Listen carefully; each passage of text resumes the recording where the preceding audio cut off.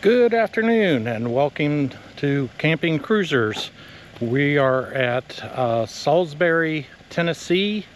This is August 2nd of 2025 and we are at the Thousand Trails RV park called Cherokee Landing. So I'm going to turn this camera around. I'm going to attempt to do this as a driving tour in one shot, so pardon me if I flip cameras around, my hand gets in the way and that kind of thing, but I think it's probably a better tour for you to kind of get used to this park and find out the good and the bad of it. So turn around. Here's the entrance to the park, the Cherokee Landing, and that Thousand Trails with the gatehouse. Swing around here. You are on, narrow country roads, but the trees are pretty well trimmed back, so you can get back here without brushing. There's literally no traffic at all. The biggest thing to watch for is deer. Obviously, this is heavily wooded, so lots of deer and wildlife. But when you come here, you'll notice there's a gate here, and there's a guard shack. It is unoccupied. You have to stop, get out of your vehicle, go to the guard shack there, and there's a microphone. Call the ranger. The single best thing of this park is the people here. When you call the ranger, she'll come right down there. She'll be there within 2 minutes, and your paperwork's in this guardhouse. And can't quite see it from here. I'll do it as I'm driving along, but she will allow you in and give you the rules, and she will guide you to your spot. So this is the entrance. I'm going to walk back here to the Jeep. If you do walk down here, this park is very walkable. Their maintenance building and that is just here to the right, and they've got it gated. I think there's actually some storage there, along with storage right after you get in. But let's get back to the Jeep and drive around, and let me just kind of keep jabbering as I go. I want to start out this video with all the very good things in this park.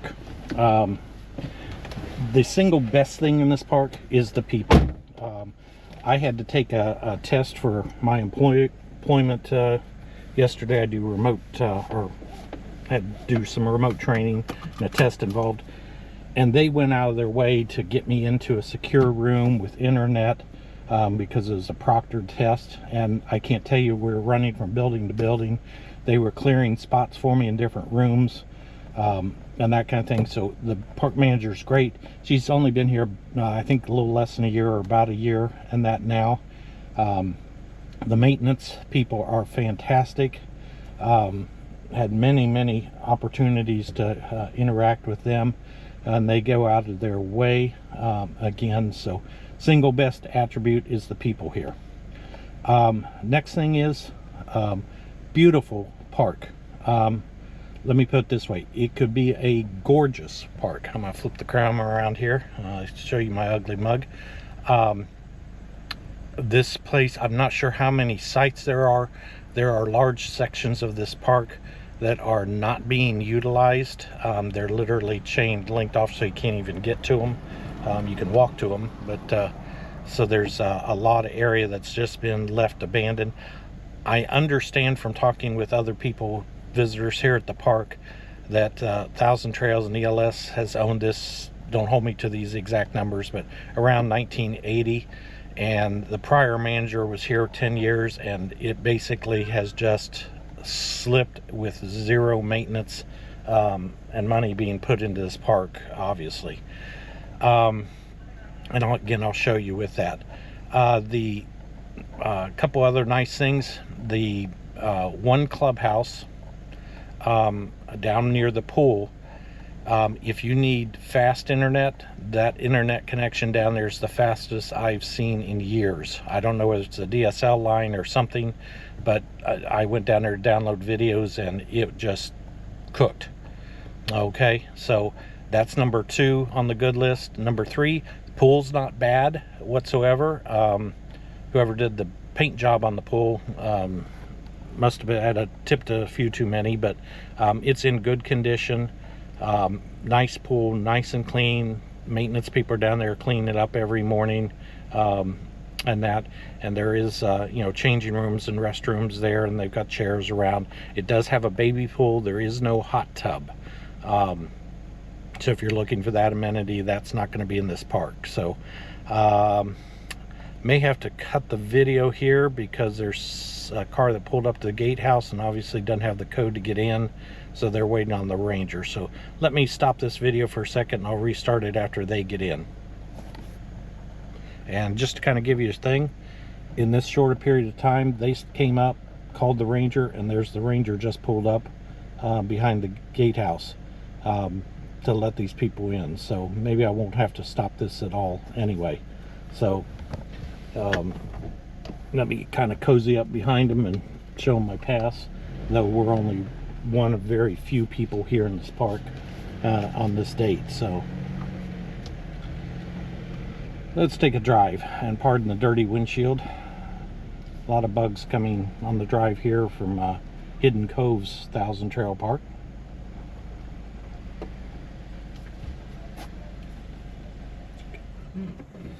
So I'll tell you what, let me you can see the check-in process. So we'll get through here in just a second. Show them our pass.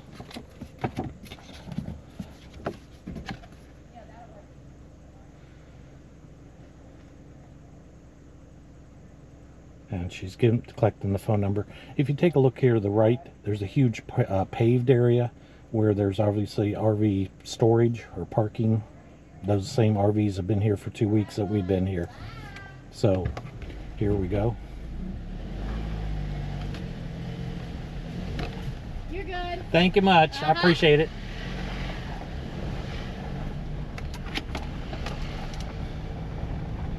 Okay, so and I'm not sure the purpose of this. This again may have been when it was fully functional park and very heavily used. Like I said, this is a huge asphalted area. Again, kind of been let go because the cracks are filling with gas. But they do have a after hours site right there through the glass. I'll put it through the sunroof here. And it's full hookup. Water, sewer, electric. You probably would brush trees, so you may have to park out a little bit from the tree. I don't know if it's being used anymore.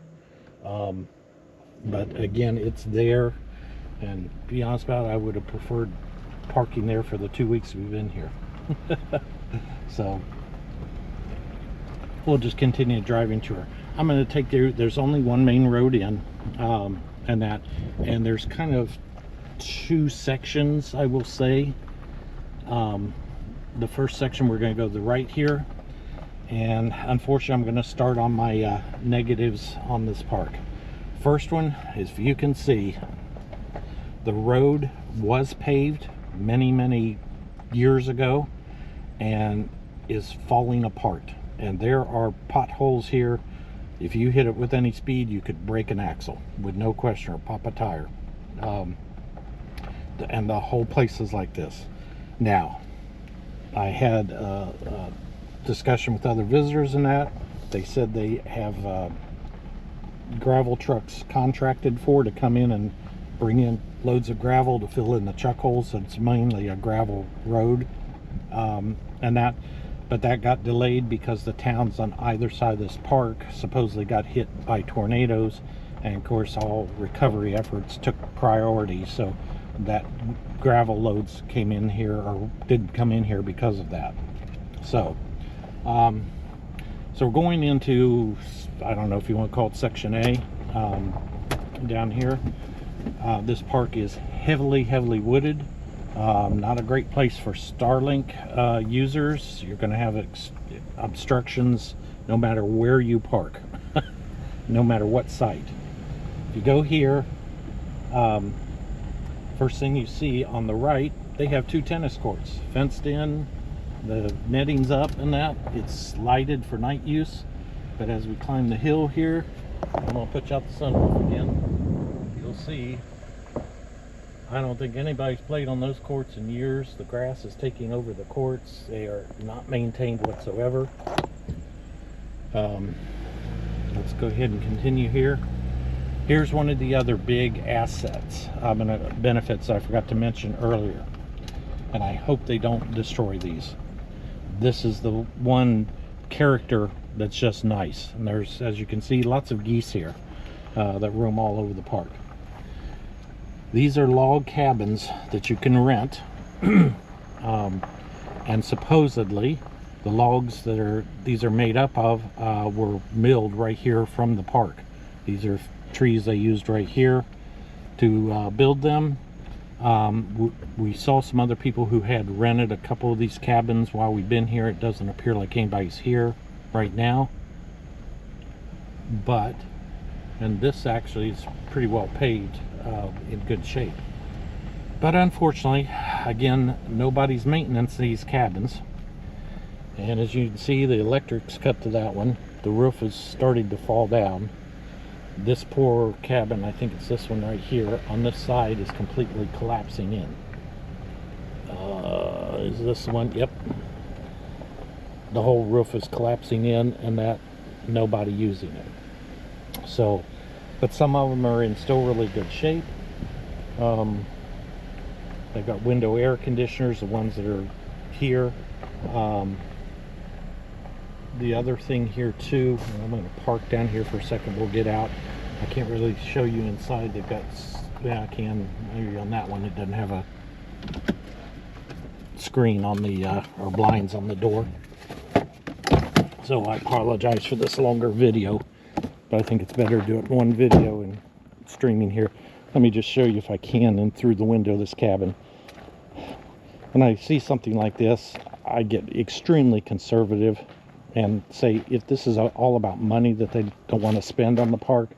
And then I look in some of these cabins. We took a walk the other day and there were lights sitting inside, so very hard to see through the dirty windows. But there's kitchen, looks to be a couch, and the bed's even turned on its edge there, and it does have a back deck that's screened in, so I assume they're mainly going to be set up the same way. So again, there's Lake Cherokee down there. They normally have a fountain running right there in the distance. It's off at the moment, but I'll show you more of the lake here in just a little bit. One of the nice things though, here as well, besides the few cabins that are rentable, see this one's not being used. It has been recently. I think this is one of them that was rented recently. I can tell because the ashes in the grill. But the air conditioners are running. Air conditioners running there. That one I know is not being used. The blinds are ripped down, and that, you know, if they're looking at money, I just get really conservative. So again, it's not a big lake by any means. It's not obviously power boating or jet skiing. That it would be good for canoeing. I'm not even sure really about swimming at all here. I'd be a little leery of that.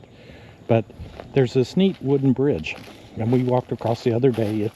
It's old, but it seems solid.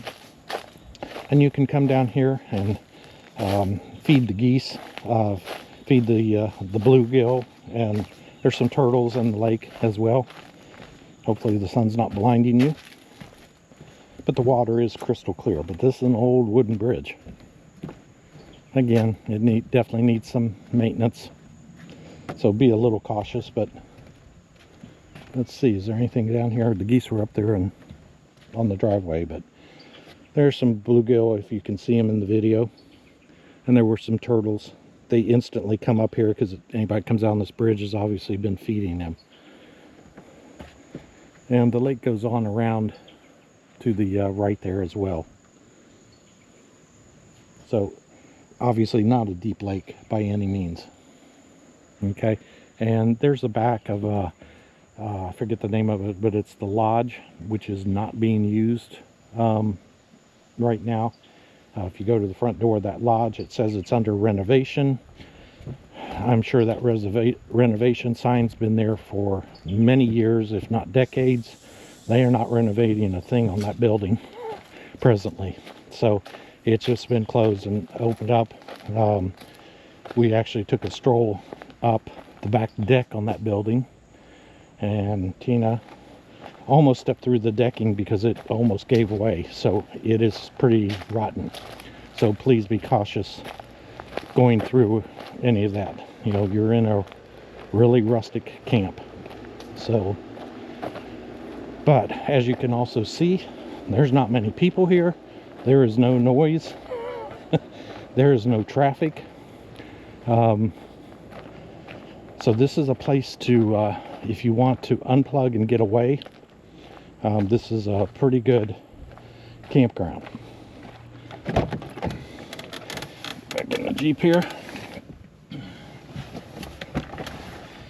Continuing with a few negatives. This RV park is in the middle of nowhere. And I don't mean that disrespectfully. There is nothing. The closest big town is Memphis, and it's a good solid hour and a half away. We drove into Memphis and we took a steamboat ride while we were there. And I'm going to keep the camera out the sunroof here so that you kind of scan around as I talk. But the closest little town is Middleton, which is nothing more than a four-way stop with Family Dollar, a little oversized convenience store as a grocery. There is a Mexican restaurant, pizza, fried chicken place, which are there's two of them actually, in the grocery store or in the gas stations.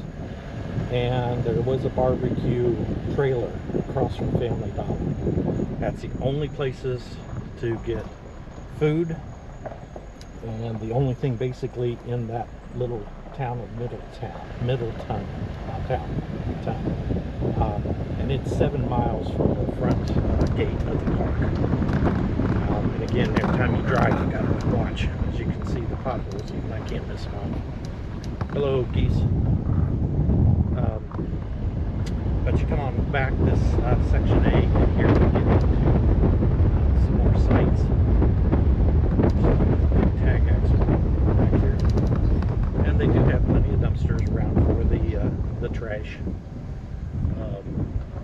But in the distance to the closest Walmart would be in Bolivar, I believe is the name of the town. Starts with a B, forgive me, and the other one starts with a C.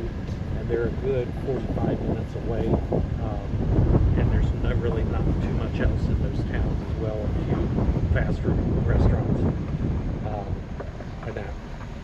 But over here, you know, again, the sites are okay. Ooh, that's a big pothole. Put down in. And they've got a little pavilion there. Going up here, there is a bathtub over in this section. Try to speed it up here a little bit, but kind of go through this. Now, this park is all around here a little bit. It's not full hookups. There, you've got a few sites with full hookups, but they are only 30 amp, and there's only, I think, 6 or 8 of those sites in the whole park. The rest of these are water and electric only, and I can tell you that the electric is old. We had multiple problems when we got here and had to have maintenance come out multiple times because we kept blowing breakers, and it was not the breakers at the pedestal, it was the breakers at the main junction serving all the sites. And when we got used to that, because we have 3 ACs, we decided, okay, we'll cut down to 2. Well, we cut down to 2, we still blew breakers. Not consistently, just off and on. They finally gave us access to flip those breakers back on in case they went off in the middle of the night. So we have basically been running 1 AC consistently, which makes maybe sound egotistic, but you know, we've been in the 100-degree temperatures here with high humidity. It's been extremely hot the 2 weeks we've been here. There's more of that lake, a better view and shot of it. So it's kind of not a wide lake, it's kind of a long lake. And what you're looking at right there is the actual end, that's the dam. Okay, so like I said, the park itself is gorgeous. The trees, the canopy. You know, if you want to come out here and get in canopy and don't need good internet, that kind of thing, this is a great place. There are tons of sites here. Tons of sites that have been let go. Kind of like these. Those are all each sites. They haven't been mowed, maintained. The picnic tables are ancient. The grills are rusty and filled with debris. Most of them do have a slab for the picnic area, but most of them have been covered over with debris. There's cement under there, and this is just the beginning of the number of sites. There are actually 2 sections. See, these are much better maintained right here. So I'm going to drive back out just the way it came in. Try to avoid the potholes.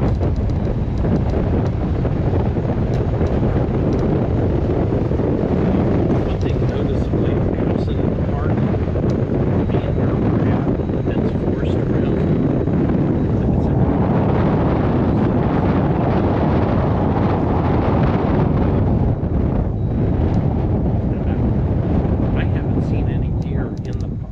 take that back, we did see 2 deer. But this kind of park, I would expect to see deer daily, just roaming around the campground. So, not sure why that is. Just have so much food they don't want to come out. Traffic's scary.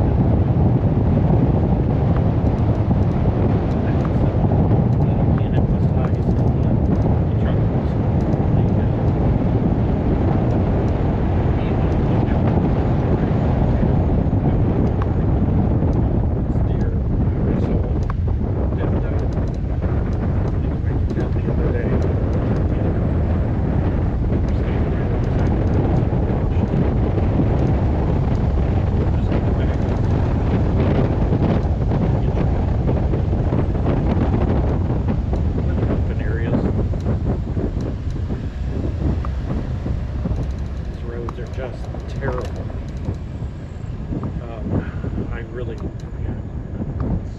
Really question the rate here at this point, unless you're driving extremely slow and you're really astute as far as missing chocos. Okay, right here to the right, a better picture once I get past stop sign, is the camp office. And obviously that's where the ranger sits here. So nothing fancy. You don't even need to go in there unless you got a complaint or something. Because they check you into guardhouse, so you don't need to go in or stop in there whatsoever. So again, they'll escort you back to your site. And again, there's some massive potholes. This whole area is really undeveloped. I don't think there's sites besides here. If there are, it's not as obvious as in other parts of the park. Kind of sitting in up here. And coming up on that, I think it's called Tums Lodge. Now that I think about it, so that's the lodge where I was standing on the wooden bridge. Showed you the backside of too. It has obviously been sitting for a long time. Like I said, there's a sign in it with renovations. Everything in it's just ajar. Rooms. Obviously, it was like a big clubhouse. There's toys and everything else in there. So that's basically not in use at all at this time.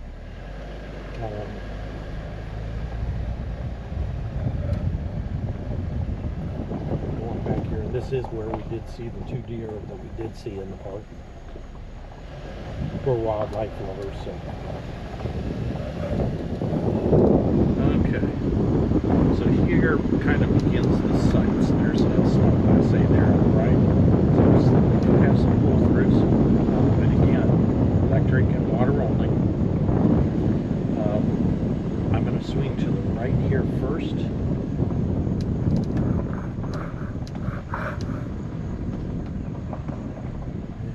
Actually, we didn't know where I was going to, but come out this way. Now, if you look there, hopefully you can see in the video, There's a pedestal there with water and electric. There's one there. There's one right in front of us. There's another one where you can see the grill.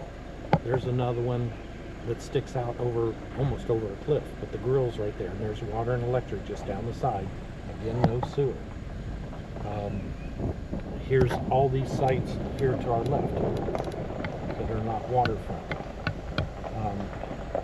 Not that they're not maintained. There's no grass to really maintain, but the cement's all covered with limbs and debris and that. And again, it glimpses the lake. But there's sites all through here. Here's another one. There's just appears to be hundreds of these sites that haven't been used in forever. There's the water and electric. There's the grill. These are the sections that are open. They have two additional sections that are chain linked off where you can't get to driving. You can walk to them, but so nobody's using those sites for a long time. They've closed those sites, those sections down. So we're driving down. There's the dam that I showed you from the other side of the lake, and these are tent camping supposedly, but it looks like they're rigs too. I mean, again, water, electric, cement pads. This just comes around here and turn it off to flip it around. I think this is a section that's tent camping. Give me a second to turn around here.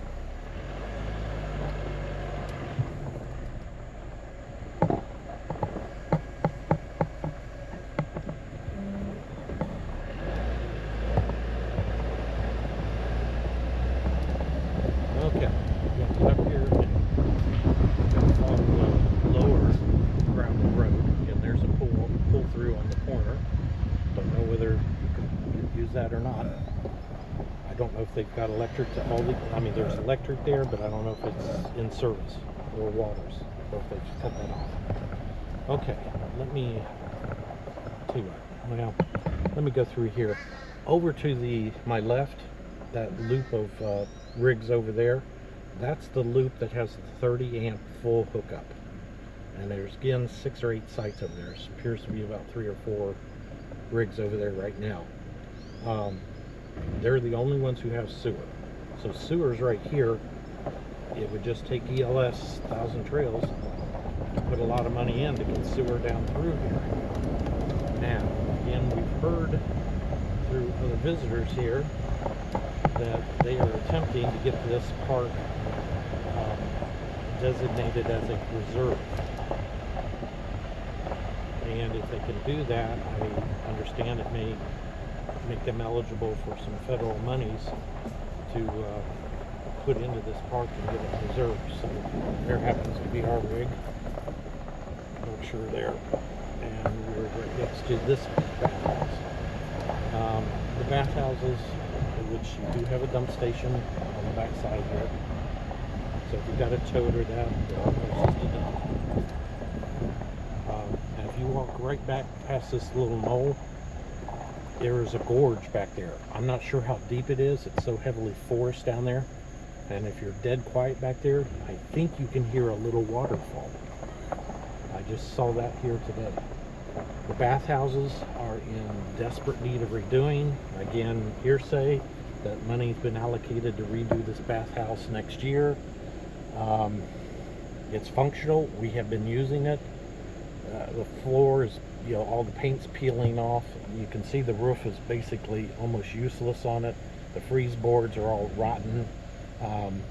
There is no air conditioning in these bathhouses. So while we were here in the 100-degree temperatures, it was terrible. And if they leave the lights on at night, they pretty much leave the doors open. If you can see the stone by the door, they prop them open.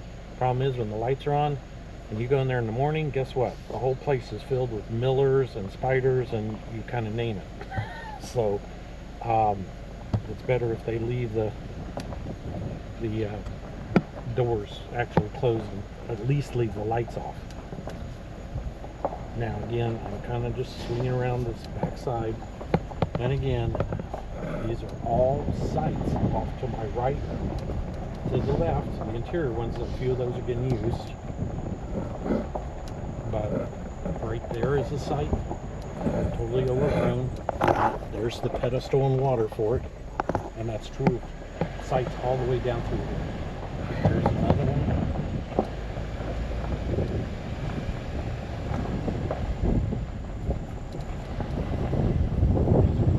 Site after site after site. There's another one. There's another one. There's another one. It's just frustrating to me. I see something underutilized. So we're at the back end of the park now. This is getting close to the end of the video.